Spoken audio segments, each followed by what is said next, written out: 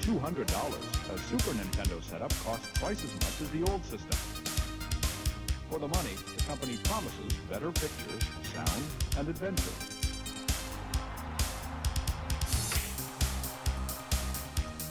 Now you're playing with power, superpower.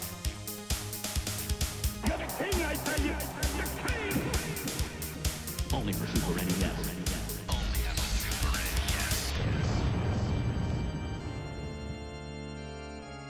You're listening to the SNES broadcast with your hosts, Soulblazer and George.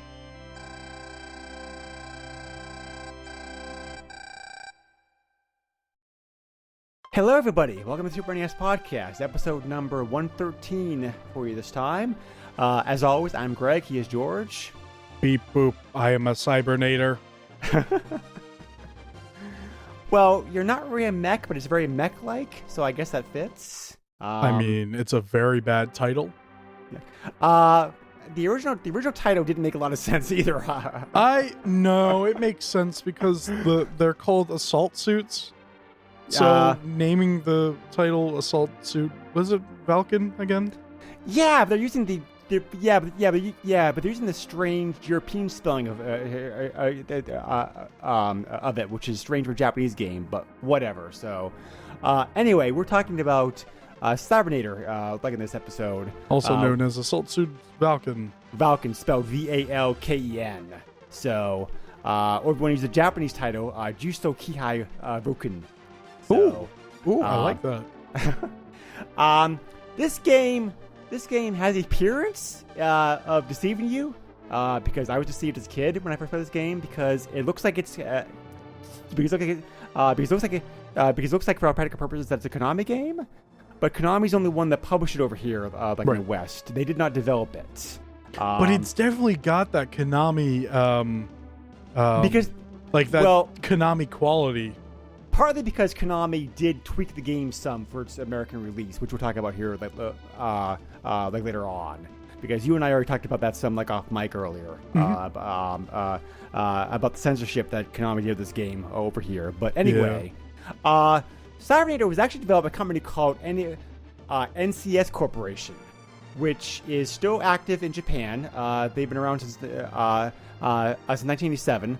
Do you have any kind of list of things that they've done that I do. Might stand out for us? I do. I was going to say most of their games were Japan only.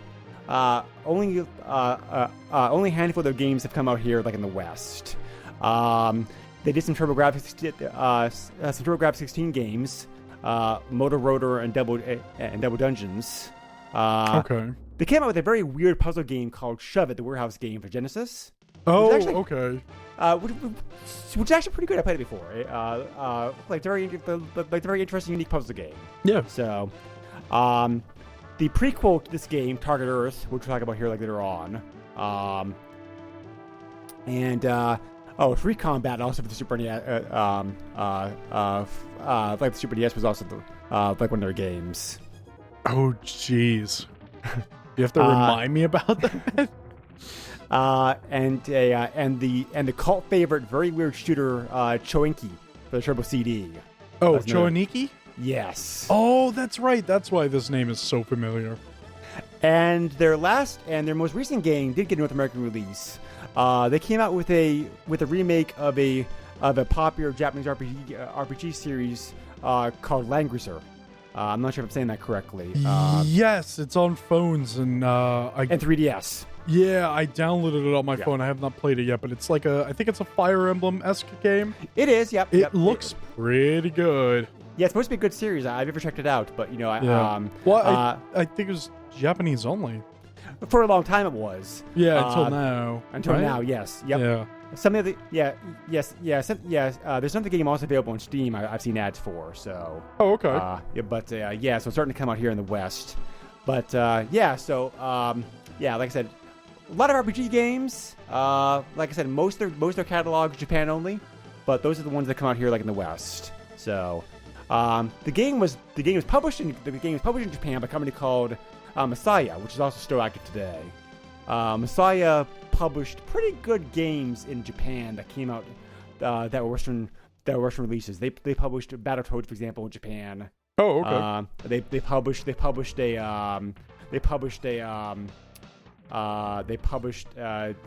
Super NES version of a Prince of Persia, for example. They published Star Cruiser and Target Earth in Japan. Yeah, they pretty much they specialize in publishing a lot of Western released games, like Japan. So, but Konami apparently liked the game enough. That they picked up the rights to publish it like in the West. So, the game originally came out in Japan in December 1992. North America saw it in April 1993. Later on that year, they also got a PAL release. So this is the second game in the Assault Suit series, which is actually a pretty big series. I didn't realize until I started playing this just how big that series was, because I know almost nothing about this series. Most of the games have come out here in the West. Right. There are 6 games altogether in the series. Target Earth was the first game in the series. That game was released in Japan as Assault Suit Linos. Right. So Target Earth They did a was, remake of that recently, did they not? Yes. Yep. Target Earth came out. Target Earth was published by DreamWorks Games for like Genesis. And even though Cybernator takes place, and Cybernator is a prequel to Target Earth because Cybernator takes place a decade before Target Earth. So even though Cybernator came out after Target Earth, so I played Target Earth a little bit. It's similar to this game in some ways. Okay. But no one's like vertical, like shoot 'em up games. So then after Cybernator, Assault Suit Linos 2, which is the sequel to the original game, came out in Japan only for the Saturn in 1997. And then after that game, there was Assault Suit Valken 2, the sequel to this game, which was a PlayStation game, which I think also was Japan only. Let me check here. Japan and Australia saw the game. Wait, so what? Yeah, so there's a That's weird. So there was a PAL release of that game which you can find. Ooh, that sounds interesting. Then there was also the remake to this game, Assault Suit Valken, which came out for the PS2 in 2004. That game got a limited PAL release. It got released in 1995 in Europe, in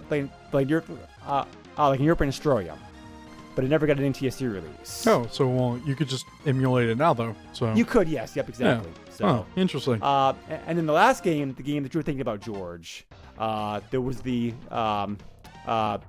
remake to the original game, Assault Suit Linos, which came out with the PS4 and PC in 2015.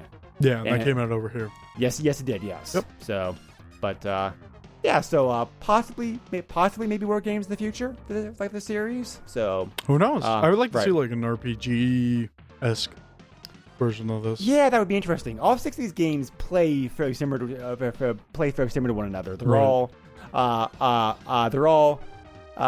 the term I use is running gun. I'm not sure. Yes and no. I don't know what you would. I don't know what kind of genre you would use for that era, but it's running gun-esque. It's an action shooty man guy game. Yep. I don't know. Yep, definitely. So It plays like Front Mission Gun Hazard, essentially. well, there's a reason for that. Oh boy, slap me with that history there. The main producer for this game, Toshihiro Tushigida, I think I pronounced his name correctly. After this game, joined G-Craft. Worked on the Front Mission series. Okay, well there you go. So That's awesome. Yeah, Front Mission Gun Hazard, so good. I don't know. Yeah, I don't know. Yeah, I do not know his involvement with Front Mission Gun Hazard. He definitely was involved with Front Mission. It's not 1-to-1, but it is so similar. It is almost similar, feels like yes, you're but- playing it, honestly. Right. Yeah, because I forgot also with this game Cybernator because it's been a long time since I played this game. For an action game, this is very story heavy. there's a lot of dialogue in this game. Yeah, like even at like right at the beginning, you get a bunch of dialogue. Which again reminds me very strongly of Front Mission Gun Hazard. Yeah, actually, yeah. Yeah, there's a good amount of dialogue in that game too. Right. Yeah. So the plot for this game is it's a pretty basic plot. Been there, done that before, but some interesting twist to it at least. Yeah. The year is 2065. Earth's resources are dwindling greatly. That sounds about right. There's a massive war taking place both for control of these remaining resources and also for territorial rights on the moon, which is where mankind has a future pinned on. And the two alliances are the Federation, and the Axis. A side note, real on the nose here, guys, but it's Federation, aka good guys, Axis, aka bad guys, but yep. Very heavy-handed with the name here, folks. But so you play as Jake Bryan, who is a new soldier for the Federation, who's assigned to the Federation's elite assault suit squad. Actually, I'm sorry, you're part of the Pacific States Marine Corps. Is the actual name of the group that you're part of. And the assault suit's, the assault suit's basically a mech for practical purposes. It's a suit that assaults. Yep. Yes. Humanoid shape, with arms, legs, torso, head. It can be equipped with a variety of weapons and accessories. You also have, you can also jump in it. Pretty good jumps too. And you also have limited flying with it. So I feel like it overheats way too quickly, though. It does, unfortunately, but that messed up a bunch of jumps for me. So you have as basically you and your squad, which basically becomes you because you're of course playing the protagonist. You're tasked with trying to destroy how's this for a name? Bildvorg.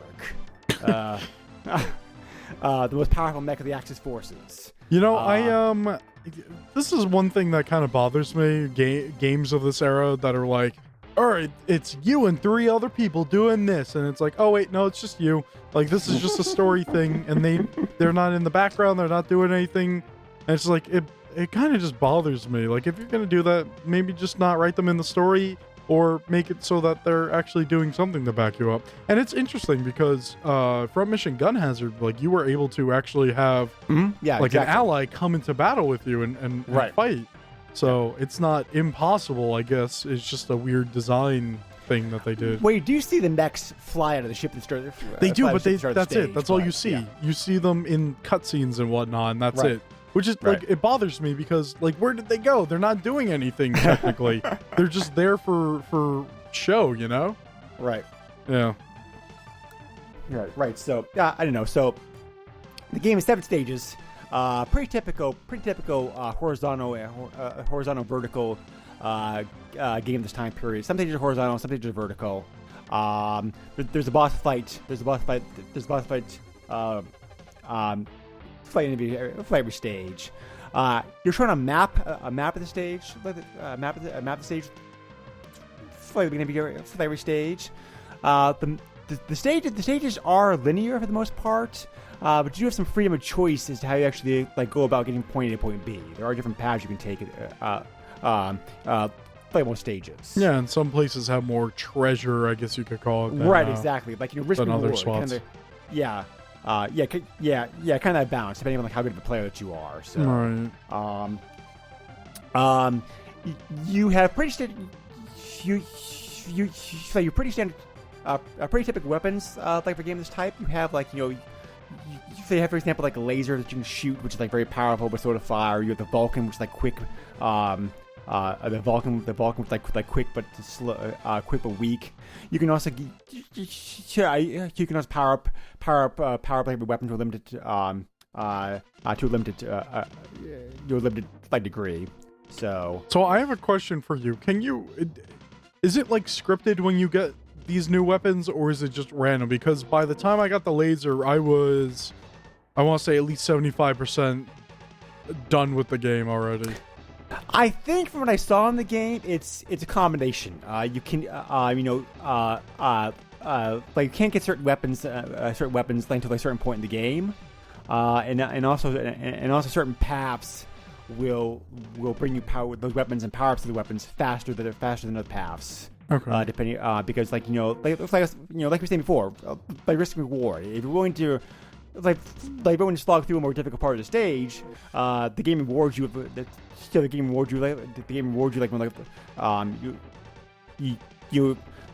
like goodies like that. What bothered me was that there are certain sections that you were not able to use the laser, and that was annoying. Oh yeah, right. Yeah, I forgot about that. Yeah, but at the end you can use it, so it's all good because it hits multiple targets at once. But on top of that, it also hits those targets multiple times, so it's really good for boss battles. So you definitely want to power that up, because the last boss battle is essentially a breeze if you level up that laser. Right. Yep, I think weapons only go up to a maximum of 3 levels though, which is you're like right. Yep. It's fine because it's not like it's supposed to be an RPG or anything. Right. But you still have a power up system essentially. Yep. There's also a secret hidden weapon in the game. As the napalm launcher. The napalm gun. Yeah. What do you have to do? You can only shoot the boss in the first stage. Is that what it is? It's very difficult. I would mention this. Mention at the end. Like I talk about cheats, because there's several cheats / codes in this game, which are all like very, very good. Right. So, but yeah, speaking about boss fights, the boss fights in this game are pretty cool. Yeah. They kind of set the stage for you, and you know. Most of them are multi-stage. You have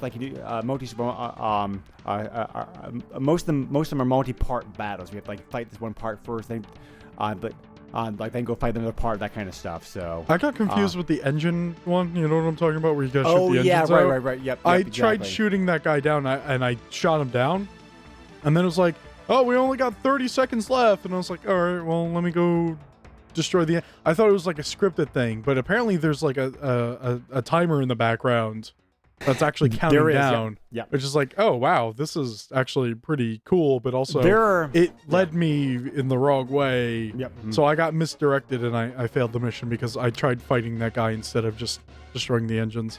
There are several checks, and this is also kind of unusual.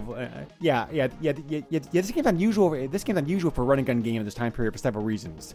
One of which is the very heavy story-based / dialogue this game has. The second reason is because that there's actual checks the game makes as you go through the game, and you have to do certain things in this game correctly, because if you don't, you end up with the bad end to the game. Oh wait, really?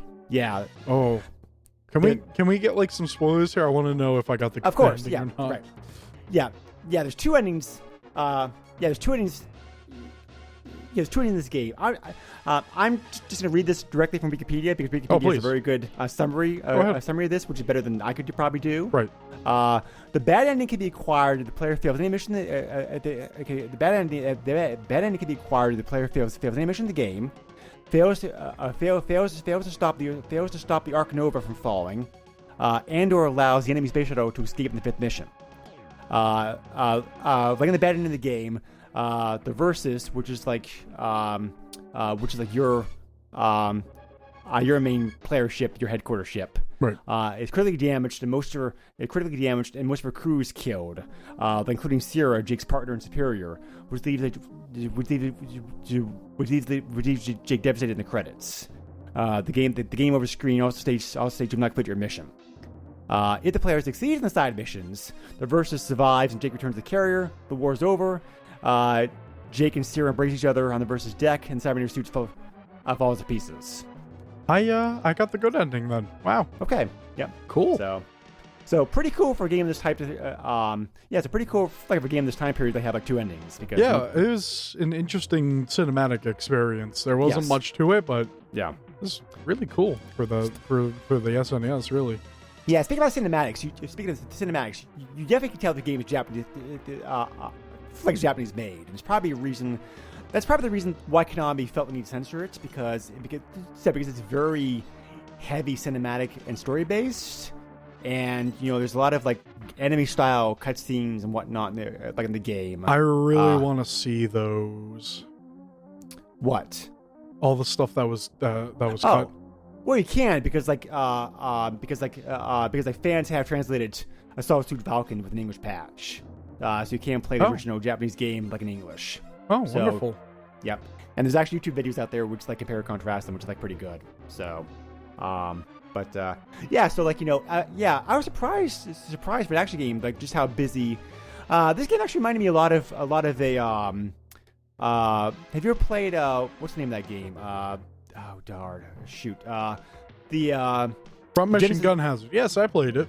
No, the I'm gonna kill myself because like oh, don't do that, Greg. The Genesis game from the company that also did Gradius 5. Oh darn! Yeah, now it's gonna like bother me a lot. Can you explain it more? Yes, give me a moment. Let me. Oh, Treasure. Treasure developed the game. Let me find out like real quick here, because it's a very good Genesis game. But I might have an idea of what you're talking about. Right.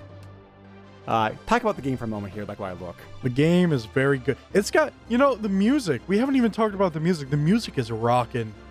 It's definitely very good. This is one of those games that it gave me a Front Mission Gun Hazard feeling because the music was so good. Like, Front Mission Gun Hazard's music is different from this. Right. But, like, the quality of it, and it's so good. It's like, there were times where I had to pause the game, and it was in the background, and the music was playing while I had to go do something, and I heard it, and it was just like, dude, like, I don't even need to play the game. Like, I could just sit here and listen to the music, and it's like, it's that type of music.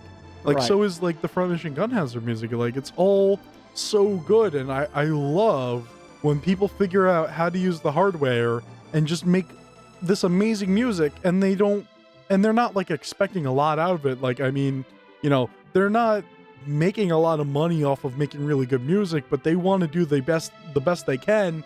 And stuff like this comes out, and I love it so much because it sounds amazing. And you usually find this with games like this, that it just seems like a lot of effort has been poured into these games, and it just blows my mind. You know? I agree, definitely. Yep. Yeah, it's awesome. I would not be surprised. Yeah, I would not be surprised if somewhere in Japan they were selling the soundtrack for this game or any other game in the series. I didn't see like on CD or something. I did not see an official release of that, but it happens sometimes, especially with games in this era. There are certainly discs that they pressed with the soundtrack for games in Japan. I stand corrected. You're right. They did. They did release this as a CD in Japan. I'm telling you, the soundtrack is so good. There's no way that they didn't release any type of media that had the soundtrack on it. So the game I was thinking about, which this game reminds me a lot about, is Gunstar Heroes. Ah, okay, yeah. All right. Which also, curiously enough, the people, Treasure people, started working Gunstar Heroes like when they're part of Konami, and but when Konami rejected the concept, they're like, well, okay, we'll just make our own company then. So they broke off Konami from Treasure. But then Konami published a game somewhat like that in exactly. Western, yeah. Yep. But maybe that was a thing with like Japanese headquarters, and probably maybe it was different with like a Western office. Sure. Right. Because you have things like back then, not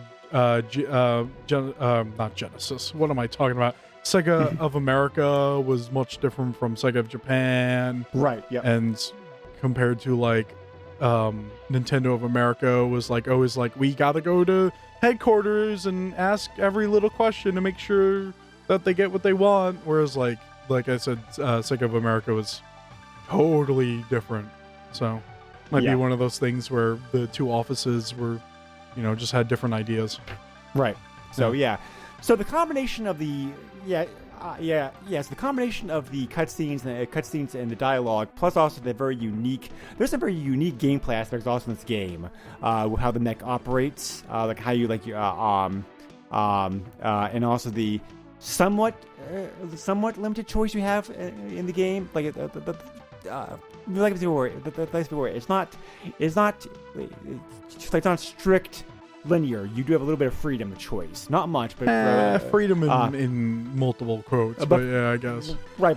But for a game of this time period, it's sort of very unique. So it wasn't super linear. Like you get from point A to point B, but you can do that in a couple of different ways. So the combination of all that makes a very unique gameplay experience, I think. And there's also like not every stage is the same either. There's different gameplays. There's three different modes. There's the typical one where you're on foot and you're just walking around shooting things. But then there's also the thing where you get like a rocket attachment or whatever, and you're flying through space, and it turns into a horizontal space shooter. But then also on top of that, you have this dash mechanic. And there are sections of the game where you're automatically dashing forward, so it turns into it's like a shooter of some sorts, in a sense. But it's an auto scroller, basically. That's really cool too, because I don't know if you noticed, Greg. You can jump and then turn your direction, and you can go the other way. Like you'll still be going right. But you can turn your orientation, so you can jump and turn around to the left, and then you can move yourself all the way to the right of the screen and shoot backwards. And that's really cool. Right. Yes, yeah. You do have the freedom to be able to orientate your gun, shoot different shoot in different directions. So, that's a very cool touch also. But you're right. I discovered that. I discovered that trick. I think when I was a kid, a kid was in there. A kid was in playing the game. He's playing the game. This was a rental. This was a weekend rental for me. Right. Because and I didn't realize until years later that Konami actually was on the publisher of this game. Because it felt like a Konami game, like you mentioned before. It definitely feels like a. It feels like it's got that Konami quality. Right. Exactly. Oh. So. Actually, this is a good time to mention this. This game did not get very much coverage when it came out. However, Next Generation did a look back at the game in 1996, and they stated, "quote: This was the game that introduced many U.S. gamers to classically Japanese design values, not only because it was a class title looks wise, but also because it overflowed of action and atmosphere." So because this game is very Japanese produced. It does feel like a very Japanese game. American and Japanese games are so different. Right. It's kind of like you almost get like a culture shock from it. Because if you only play like American or maybe only European games, and then you go and look at the Japanese games, it's like, wow. It's like, this is what you can do with this hardware? It's crazy. Yeah. And there's nothing wrong with European or American games. It's just they're so different. Right. Exactly. So, but yeah, and we haven't really mentioned yet the graphics of this game are very gorgeous. Yes. But large, not super large sprites. Your sprite, the enemy sprites are you're somewhat on the small side, decent size, decent sprite size. I guess I was but the trying to bosses say. are huge. But so very good use of colors, lush, and no pixel is wasted. Like those big bosses, there's so much of detail on them, and it's great. Yeah, no lag either. When there's a bunch of explosions going on the screen, that's when you start getting some slowdown. But otherwise, it's not really that bad, though. There's no problems. So. You also have a health gauge in this game, which is nice. Yeah, they call it health, but when you get low on it, they're like, Jake, you gotta get out of there. Your shields are low. So it's one of those things where this is kind of a thing. Like even today, where like people still like Halo or something, like, oh, I'm low on health, and it's like it's shields, but it's essentially the same thing. Yeah. Yeah. Well, unless the game has both systems, both systems place. Like a Mass Effect, for example, had both like a life and a shield gauge. So, Right, but this is one of those things where it's shields, and when you run out of it and you get hit, like you blow up. You blow up. Yep. Yeah. Technically, there's no health, but like you can count shield like the bar as like a health bar. So yeah, it's one of those things. It's semantics basically. So on top of this game being well known for its very beautifully produced high production style, and for some of the and for the unique gameplay we already mentioned earlier for those reasons, the game's also known for being very, very difficult. This is a hard game. It is a hard game, yeah. It will. I know George already admitted off mic. Well, do you want to tell him, George? Oh, I don't mind. I cheated to get to the end. Yeah. But it's difficult. I mean, I'm not very good at games, but I got to a certain point, and then it's just like, oh, okay, I need to. Yeah, I didn't feel like watching a video. So like, this is the alternative to getting to a place that I can't get further in. Right. And of course. I'll just I can give myself unlimited health. All right, and then I get to the ends. That's like UN Squadron. It just gets that ending canyon is way too difficult in that game. So I was just like, all right, I cheated and got to the end. Yeah, good analogy there. That last stage is just like that stage is that's much more difficult than this game. That one stage in that game, I would argue. I'll probably agree with that. Yeah. Yeah, it's just there's like every millisecond there's something coming up and trying to kill you in that game. Yeah. I did not. I did not cheat in this game, but I did certainly. But I just certainly had to play it several times to get good enough to be able to slog through it. Yeah. But to the game's credit, there are present several cheat codes and cheats that you can use this game to help you out, which we'll talk about here, in a bit. So it's like the developers knew this game was tough, so they let those things in there to help you out. A lot of these games are tough, you know. But definitely. The good of the game is not very long. The game, the game takes about an hour to finish. From beginning to end, if you don't have any major problems with the game. So, so it's not terribly long as you know what you're doing. But and the speed run for this game. Let me look at that real quick. Speed run was done in about. Let's see. Did he use any cheats? This is a pretty good time. Let me look at this real quick.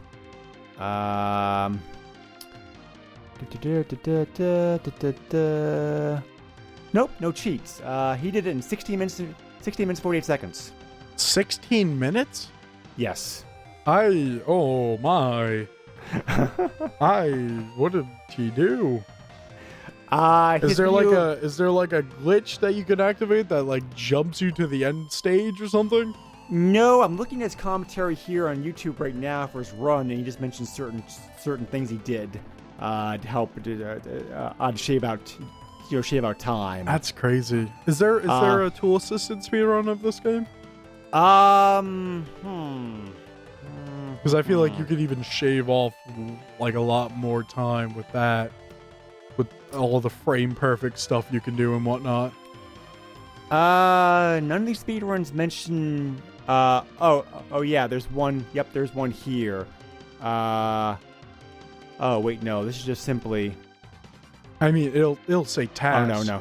Yeah, right. Yeah. No, I actually don't see one here. Really? Which is surprising. Here we go. Yeah. 1447, which is not really that much faster. So. You say that, but 2 minutes is a lot of time when you're speedrunning, dude. I suppose, but I'm saying most task speedruns I see shave off significant chunks of time. So the fact that right, but when you got a speed run that is roughly, I don't know, we'll say maybe 18 minutes. I know it's 16, whatever, but let's say it's roughly 18 minutes, and you got 2 minutes off. That's a lot of time compared to, that's a lot of time. And I get what you're saying. There are tool assisted speed runs that shave off half an hour or maybe an hour, depending on what game it is and whatnot. But to speedrunners, 2 minutes is a lot of time to shave off. Like, I'm being honest with you. Like, 2 minutes is a lot of time to shave off. I'm looking at a tool-assisted speedrun comparison of the of Arc Nova, which is early in the game. And wow, this is really interesting. It shaves off a decent amount of time. Yep. So we mentioned about this earlier. For various reasons, some of which I understand and some of which I don't, Konami felt the need to censor this game pretty heavily for its American release. Yeah, it's just one of those things of the era I just don't understand. Right. Again, I'm just gonna quote from Wikipedia here because Wikipedia summarizes it pretty well. Right. The Japanese version features written dialogue accompanied by portrait of the speaker, but those portraits were removed during localization of the game. Yeah, we talked about this last week or whatever when we were recording the other podcast. Right. And it just dumbfounded me. Why would you cut that out? There's nothing offensive or anything about it. And it doesn't change the fact, just because you're moving it to an American audience or a European audience, how does that change anything really? Why would you do that? First of all, it makes it easier to tell who's talking, and I get that they did the thing where it says the person's name before the text, or it says the person's name before the dialogue, but why would you actively cut something like that out? It doesn't make any sense to me. Yeah, I'm not sure why either. Right. Other changes. There's also a scene absent in which the president of the enemy forces, whose banner is that of the European Union, after realizing that this nation has been defeated, commits suicide. See, that's a different situation in itself. The American market for video games at this time was generally children, and Japan is seen more seen more as mature because apparently they let children see things like this or whatever, and it seems like the Japanese are more mature, whereas over here apparently we need to censor every little thing. Oh, you can't see the hair on that guy's forearm because that's bad. So I don't know, but I get the whole suicide thing. Over here, all this video game stuff was marketed towards kids at the time. Most of it, yes. Yeah, obviously you're not going to include something like that in a game that's quote unquote for kids. Right. Yeah. That cut I most certainly understand. Also going on, some written dialogue is taken out, which shows the soldier rescued in the 4th level being the robot fought before the final boss. However, the few human enemies in the game remain with no censorship when they're killed. Right. That's again something that doesn't make sense. But also, that's the other thing, because it's kind of like Machine Gun Hazard, where you could shoot somebody and then they'll come out of the mech and you can kill them. But on top of that, there are some enemies that you can't kill after they're out of their suits or whatever, and there's some that you can kill, and I didn't understand any of that. Yeah. Some stages you can kill the people, and some stages you can't. So yeah, I pretty much agree with you as far as censorship. I don't think censorship hurt the game that badly. The game's still very, very fun, and and it's pretty much just, a little bit of graphical changes, a little bit of dialogue taken out. I'll have to play the Japanese version of this game at some point, since it is since, like I said, the ROM has been translated, and see how, or conversely, I could just watch the video on YouTube. But I really don't think you're missing too much by the changes. Is it annoying Konami felt the need to do it? Yes. But does it really hurt the game? No, not that much. I don't think so. It doesn't hurt. It's just some of those changes just don't make any sense. Right. Yeah. So, also, you probably didn't see this. The instruction manual of this game in North America is filled with like incorrect information. Oh, wonderful! I love when games do that or manuals do that. So I'm guessing maybe they just simply translated it based upon the Japanese version and didn't realize all the differences that would be done for the American version. If I had to make a guess as to why that happened, but so maybe they should have just done the home improvement thing and said men don't need instructions. Yeah, because Konami was always very good at instruction manuals during this time period. I mean, like, their NES, their NES Super NES manuals were like very good. They had like good stories, like very good gameplay instructions, some hints and tips, like in the game. So their manuals are usually top notch. I don't know what happened to this one. You know what's my favorite thing about changing manuals that don't make sense or having things in games that don't make sense. Yeah, what was it? Castlevania 2, where they changed up all the dialogue to be so unhelpful compared to, I think the Japanese version actually gave you hints on how to do things in the game.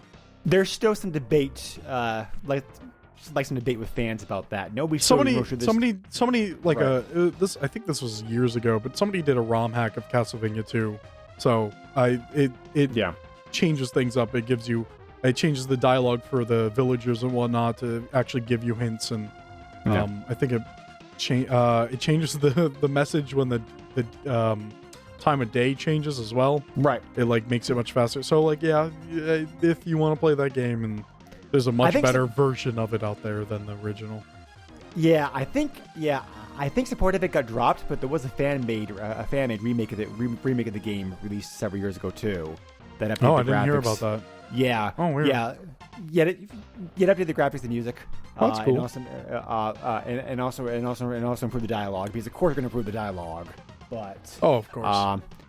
Localization was hardly a thing back then. So Konami they put a COD on it. I don't know. I never heard anything about it. So, but anyway, yeah. So they're just gonna lose their. If people playing that ROM, then that means that they're gonna lose sales on their pachinko machines, obviously.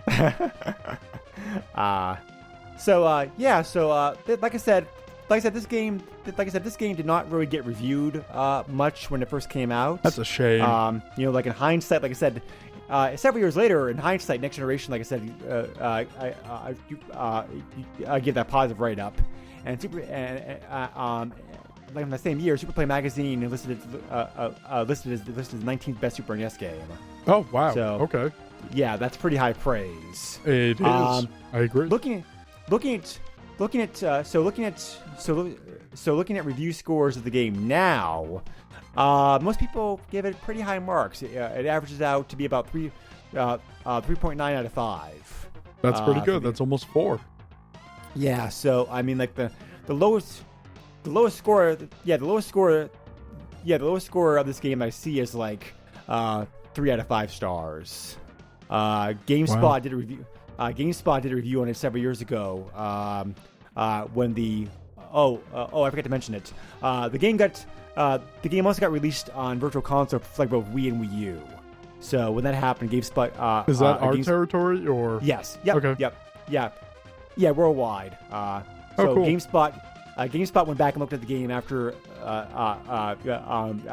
came out in one of those versions. They gave it a 7 out of 10. That's not bad. So, GameSpot notoriously is very tough on games. So, I think it's a very very favorable score indeed. So, but the Wii U Virtual Console system still running, right? They still have that up? Wii U Virtual Console, yeah, I think so. Yeah, okay. All that Wii stuff is shut down now, I think. Right. Yep. Or is shutting down, something like that. Right. Yeah. Yep. So you can still get the. Yes, if you want to, you can still get the game like that way too if you want to. I don't think for like a year or so now, I think the Wii Virtual Shop, or whatever it's called, closed. I forget. Yes, right. Yeah, No. I think it might be open, but I don't think they've been accepting payments for like a year now or something like that. I think that's would it be? I don't know, something like that. Yep. Let's So see like here. they gave you, I think they gave you time to download it, everything you bought, just in case you like deleted it or something. But Right, of like they course, yeah, weren't yeah, so- accepting money, something like that. We used still like 99% sure. And I'm sure Yes, it they're is, yeah, still yeah. collecting or collecting, I guess, sure, collecting payments on that, so you can go and buy Earthbound. Right. Yeah. So. Oh yeah. They actually. Yeah, the Wii Shop channel is actually being. Actually, the Wii Shop channel is being discontinued on Wednesday, January 30th. There you go. Yeah. Yep. So. Yeah, so it must have been a year or so that they haven't been taking payments, but they left it open just in case people needed to download everything they bought. Right. Yeah. So. Something like that. Yeah. So, but anyway. So yeah, the game could be purchased that way, like if you want to play it. Or also like George mentioned, it's now easy to be able to emulate the PAL version of the PS2 remake. So, which I'm very curious to check out. I'd like to see what they do with that version of the game. So, but so we mentioned, like I mentioned before, this game has a bunch of like cheats and codes in it.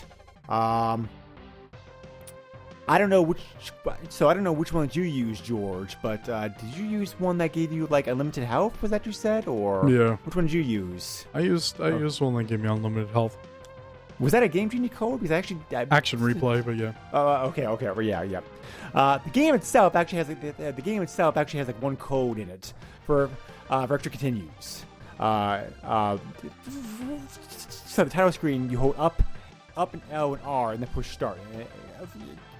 That gives you like 6 continues. So I did use that code to help me beat the game. So I will admit that. So I guess I cheated a little bit. But so like I mentioned before, the super secret and very powerful napalm gun. It's not easy to get. You have to go through a system to be able to both unlock the gun and also be upgraded. To get the gun in the first place, you have to go through the entire first level without shooting anything except the boss. You also have to complete level 2 without dying. If you're able to do both those things, you start off stage 3 with weapon automatically in your inventory. Oh, that's weird. I thought it was just the first thing. Okay.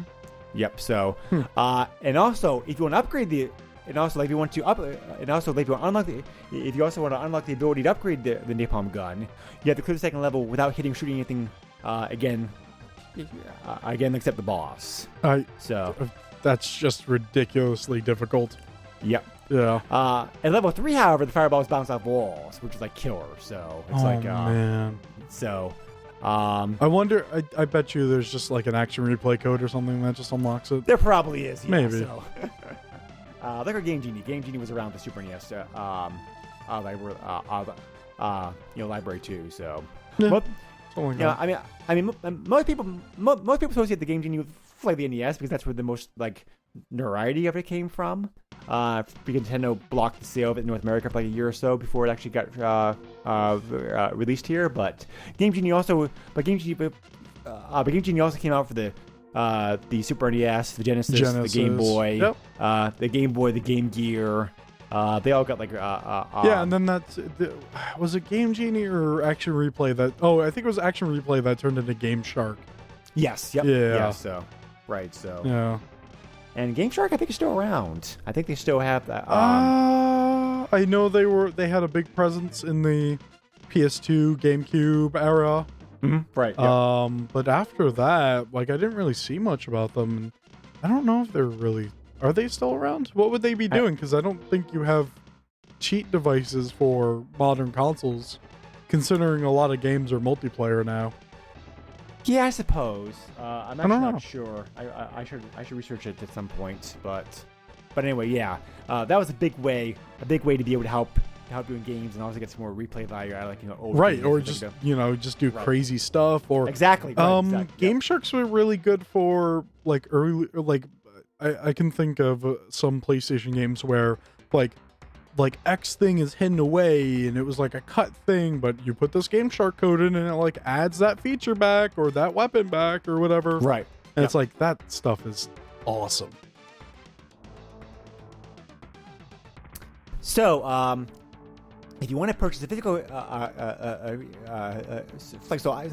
have no idea how much this game goes for on Wii U, Virtual Console. But if you want to purchase a physical copy of the game, considering it wasn't super popular when it came out, these prices are not bad. 34 copies currently listed on eBay. 67 copies recently sold. As usual for card only, there's a wide variance of prices. These prices include shipping. Carts themselves sold anywhere from $16 to $48. Really? Yep. Wow. So, CIB is pretty affordable too, as far as like CIB Super NES games go. Those sold anywhere from $50 to $103. The upper end version of the game also included a poster which came with the game. So, which most CIB copies of the game being sold on eBay did not list. Only a few copies of the game actually included the poster. So I found out the Game Shark was made for Game Boy Color, Game Boy Advance, Game Boy Micro. Well, it's the same thing as Advance, but whatever. Basically, yeah. DS, N64, GameCube, PSP, PlayStation 2, Sega Saturn, Dreamcast, Xbox, and video game emulators? I don't know what that last part means.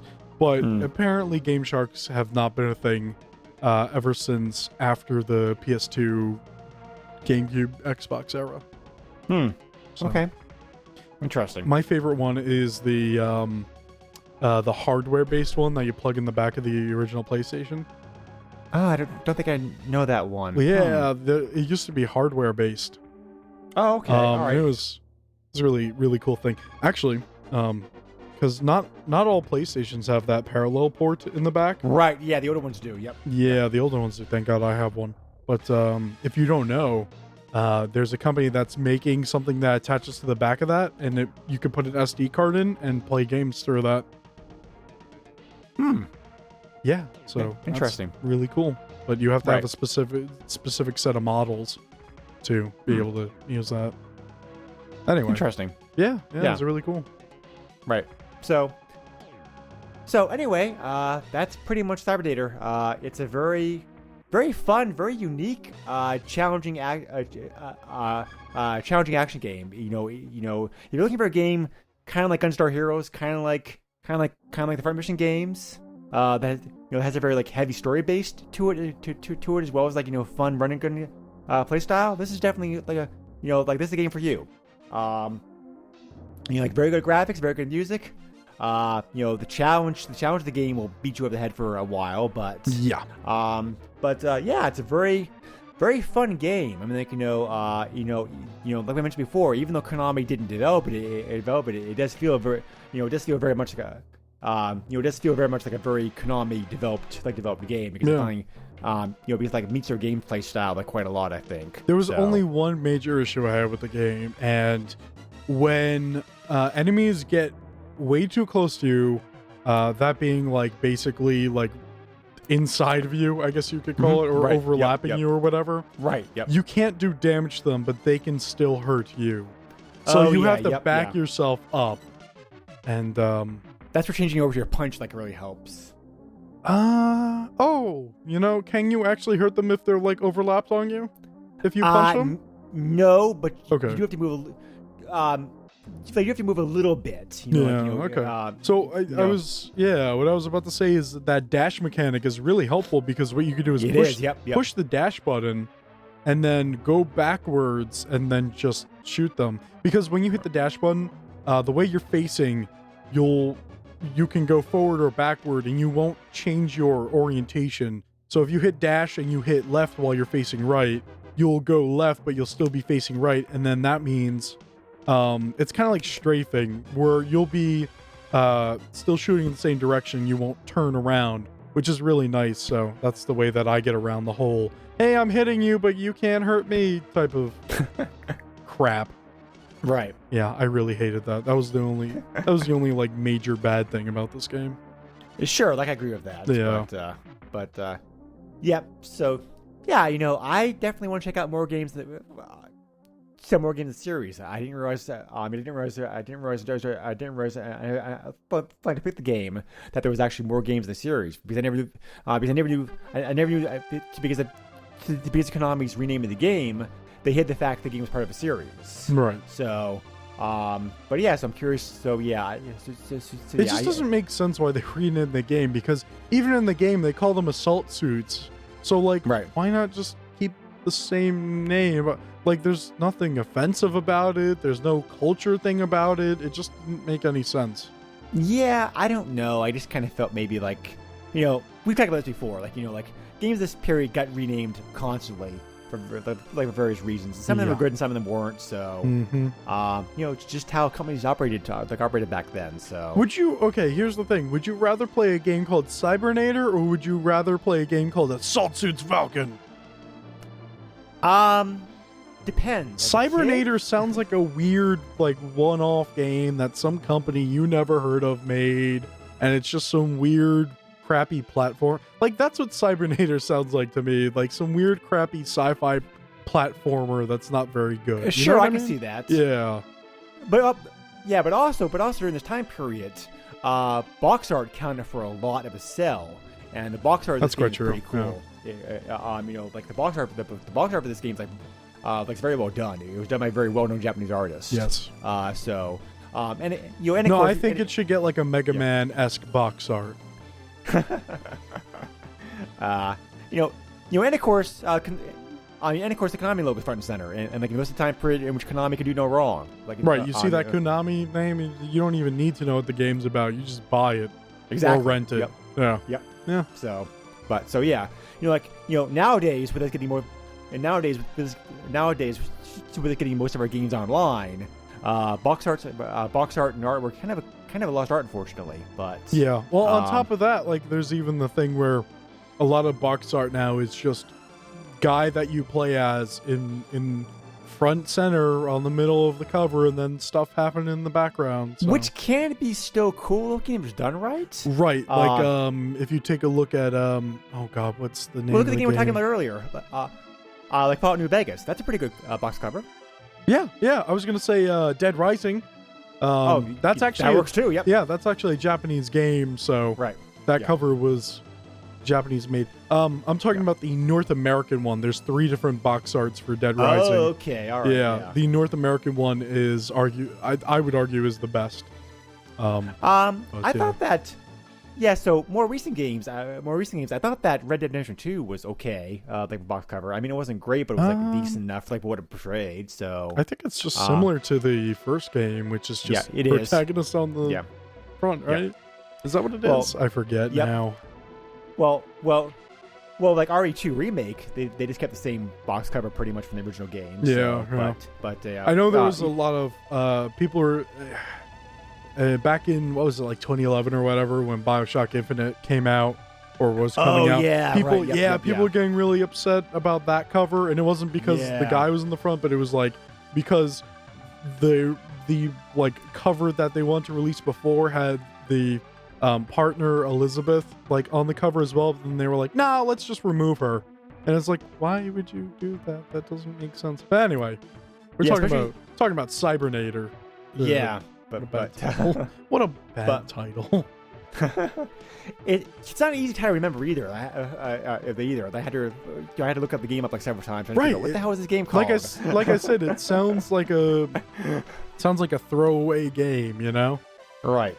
Because remember, the year that this game came out, the word cyber was such a big thing because the computer boom and cyber this and cyber that. I was looking up this game title online, and I typed in cyber, and all this other 90s crap just came tumbling in on the Google search. It was like cyber this and cyber that, cyber demons and cyber this, and it's like, oh my god.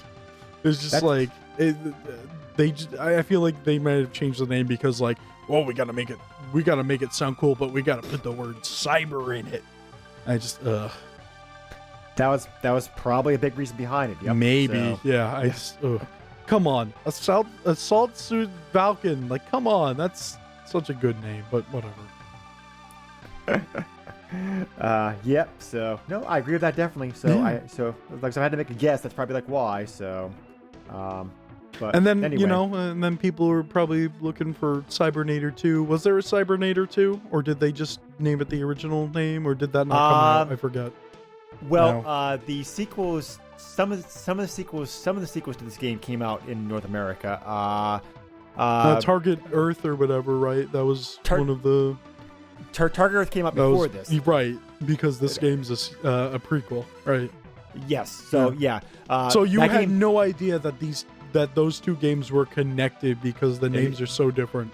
Exactly. Right. So- If they both had assault suits, whatever, Linos and Yeah. Vulcan, whatever, Neither- like you would think like, oh, Right. are these games connected? And then you play them and be like, oh yeah, I think they are. Neither the sequel to Assault Suit Linos or Assault Suits Falcon, aka Cybernator and Target Earth came out in North America. Okay. Vulcan 2 did get that limited story-only power release, like we mentioned before. Right. So, so Assault Suits Vulcan, the PS2 remake, the PS2 remake of this game, did get a European release. So, like, you can get the power version of that game, you like to want to. Okay. So, why that never came out in North America, I'm not sure. I guess they figured that. Just weird and bad decisions for some reason. you Well, know? that game was published by a company called 505 Game Street, which I never heard of. They may never. What was the name? 505 Game Street. Is that just they may what not- 505 Games is now? Possibly. They may not. 505 Games is a decently sized publisher Well, now. 505 Game Street did not release anything in North America. I'm looking at the game list like right now, so they were like a European only company. So maybe is it? Wait, well, I think because 505 Games. I hate confusing things. Let's see. I'm looking it up now.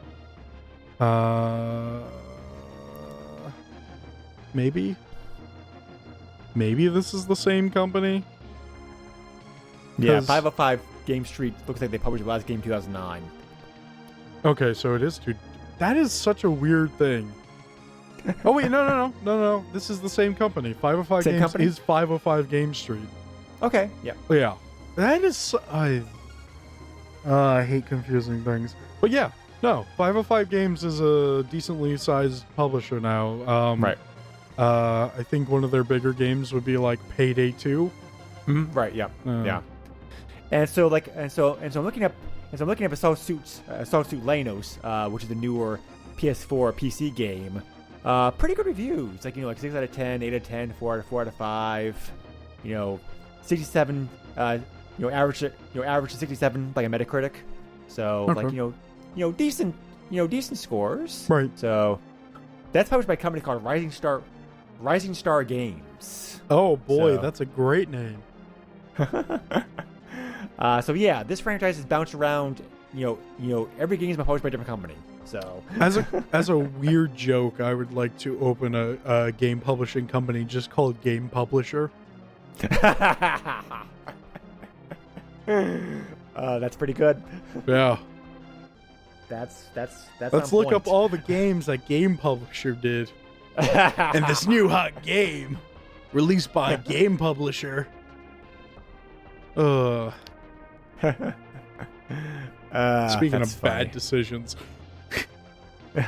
Yep. So Yeah. anyway, Cybernator's kind of gotten a cult following over the years. That's not surprising.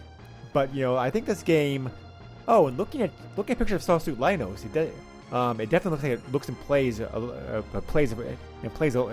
like Cybernator. Just like very like gorgeous looking 2.5 D graphics. That so- that remake looked pretty good. Yeah. So, but anyway, time to wrap this baby up and send it home. Is this baby a Christmas present? Like, did the stork come in? Did the stork wrap the baby? Like you need to You need to explain the steps here to me. Should I change the analogy around to make it like, let's put this podcast to rest? There you go. I'd still. Why would you wrap a baby up? That's just Oh. cruel. Well, you bundle it for heat. But okay. But is it a Christmas present or? Christmas presents like do not need to be bundled or wrapped. I guess. Can a baby be a Christmas present? I'm just starting. It's just a chain of questions now. A baby can be born on Christmas to make it like a present. There you go. There are lots of people who celebrate their birthdays on Christmas, which side has to really suck for them because it's like Yeah. because like you get the two holidays combined, which is no fair to them. Wait, So- is a birthday a holiday? All right, we need to stop this. End the podcast right now because you keep making it worse. You try to end it and you make it worse because now I have more questions. Just go. Just do it. Could be worse. Like you could be a leap year baby. Oh boy, now you're just doing it to yourself. But anyway, we want to thank those Patreon backers who pay for us to listen to dribble like this. Oh no. What are you guys doing? Like, if you want to back us, you can find us at www.patreon.com/the Super NES podcast. We want to thank very much Richard, Seven, and Daniel, who are backers of the podcast. Thank you very much for supporting us. Back in this podcast, Patreon gives you perks such as like early release access. The ability to dictate a game for us to play and some other stuff. Daniel's a new backer to the podcast, so we will be covering his game probably after the next game. Once he gets back to me as to what he wants to play. But for our next game, that George's pick. How do you get access? Oh wait, did you already talk about the Patreon stuff? I think I Yes, I blacked did. out for a second, trying to figure out if a birthday is a holiday. Oh my, you did, didn't you? Yeah, I think I heard that. Just forget about it for a moment. Tell the good listeners what game we're covering next. Oh boy, this is a game that you probably never heard of, but it is called Dragon Ball Z Super Saiya Densetsu. Yeah, I don't think any Dragon Ball games came out in North America until the time of the Game Boy. Probably maybe you might be right on that actually. Like Game Boy Color, maybe we had the first one come out over here. And I this think. game is a remake of two Famicom games called Gokuden series Dragon Ball Z Kyosho Saiyan and Dragon Ball Z2 Gekishin Frieza. So, yes. I don't know where I was going with that, but it's a remake of two games. Interesting. Yes, but also like changes some content. Yeah. So interestingly enough, you don't have to patch this game because it has a Japanese language setting and an English language setting, and also the English language is kind of broken, but it's definitely playable and understandable. It's can't be. It's an interesting game. It's an RPG, by the way. Well, it can't be any worse than Final Fantasy II's translation. Oh man. I think it is worse because at least Final Fantasy 2 like was localized by, right? That was localized by an English speaking person. This was not. A Japanese English speaking person, so that's why. So that's one of the reasons. See, I didn't that's one of the realize reasons that that. this are rough. So but, so it's about the same. But yeah, it's rough. And if you are a follower of the Dragon Ball Z stuff, I remember once or twice being like, this translation's weird. Oh. So okay, like I've got a good analogy for it. Is it like Zero Wing quality bad? I have no reference for that actually. Really? Yeah. You check it out. Okay. Bad translation aside, which is like I mocked, I hate bad translations, but I love bad translations. Well, Zero Wing only has the intro. Is it like a manual you get from like a Chinese company where it doesn't make any sense? Worse. Yeah. Zero Wings. Man. Yeah, Zero Wing's been maimed to death, so I really don't need to go into that at this point. But the intro to that game is notoriously bad. But the game itself is a very good shooter. This game. Okay. Yes. Yeah. Yeah, I have almost no reference for it, but I kind of know this game. I have not played it though. Well, everybody knows the all your base belong to is referenced by this point. Yes, so, I realized when I looked it up, I was like, okay, yeah, this is where this comes from. Okay, yeah. So that's what I was asking you. Is it like so? Yeah, that's what I was asking you. Is it like that bad? I have not really gotten to part. I don't know if there's like much dialogue, but so I can't tell if it's really that kind of level. But it's definitely like, hey, it's in English, but like it's like written like somebody who translated is like somebody who doesn't fully understand like context of words or something. So I don't know. Yep. We'll see what happens. Like I said, I didn't really come across too much dialogue yet. It was mostly like menuing and like, oh, Goku did this thing. So it's like Goku has done thing and stuff has happened. Like it's kind of like stuff like that. So it's like it's definitely playable. So I love I love when Japanese games do this though. It makes it somewhat playable for us though, because I don't know any Japanese. It's really strange that they took Dragon Ball Z for a role-playing series because I think of that more as like think it makes sense to make it an RPG because hey, I have a couple Dragon Ball games for Famicom and they're like card games. Like board games that have like a card game aspect to it, and it's like, no, why? Those actually came out in the West. They're for the DS. Well, I'm talking about the Famicom games. So those are totally different. Yeah. So, this is an interesting game. I know you have like no, almost. You have no, almost no. You don't know anything about the series really. But very, very, very little. I like this game, so I found it randomly. So a series, a good series can support games of all, a good series can support games of all different genres. I guess types, a lot of this series in this era of video games, a lot of the games were fighting games, and that's not my type of thing. So finding like an RPG for this series is like awesome. Yeah. Just a quick like side note, like real quick. There was a classic arcade in New Hampshire, which unfortunately closed.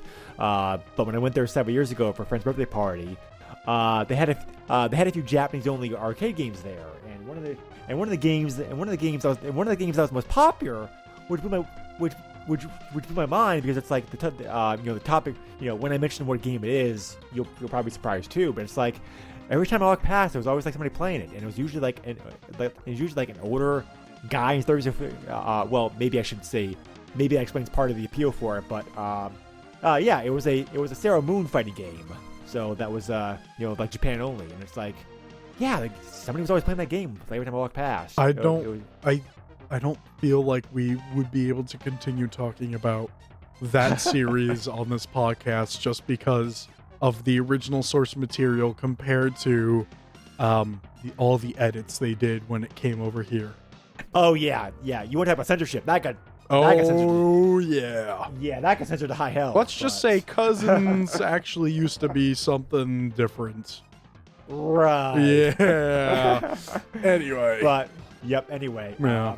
If you want to listen to other great retro themed podcasts like this, you can find more podcasts on the retro throwback, on the retro gaming, the Throwback Network and the retro junkies podcast. Third time's the charm. Networks. Yep. Where you can find a bunch of other great retro themed podcasts, both gaming and non-gaming related. We're a proud member of both networks. We have a Facebook page. Feel free to check us out on there. Give us a like. Our releases are posted there. People weigh in with their thoughts about games, post reviews about games they're playing themselves, other kind of stuff on there. So, good stuff. We're also available on iTunes. Check us out there and give us a review if you're so inclined.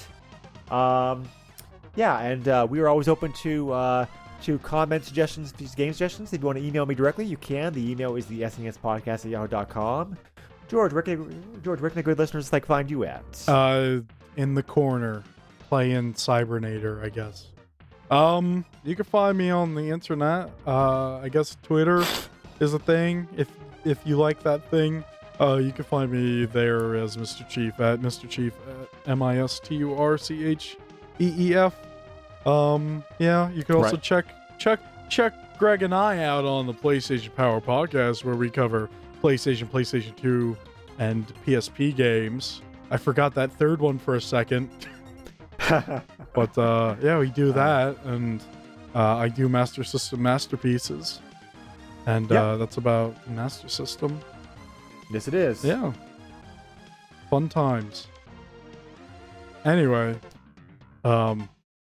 jump into your assault suit and fly away.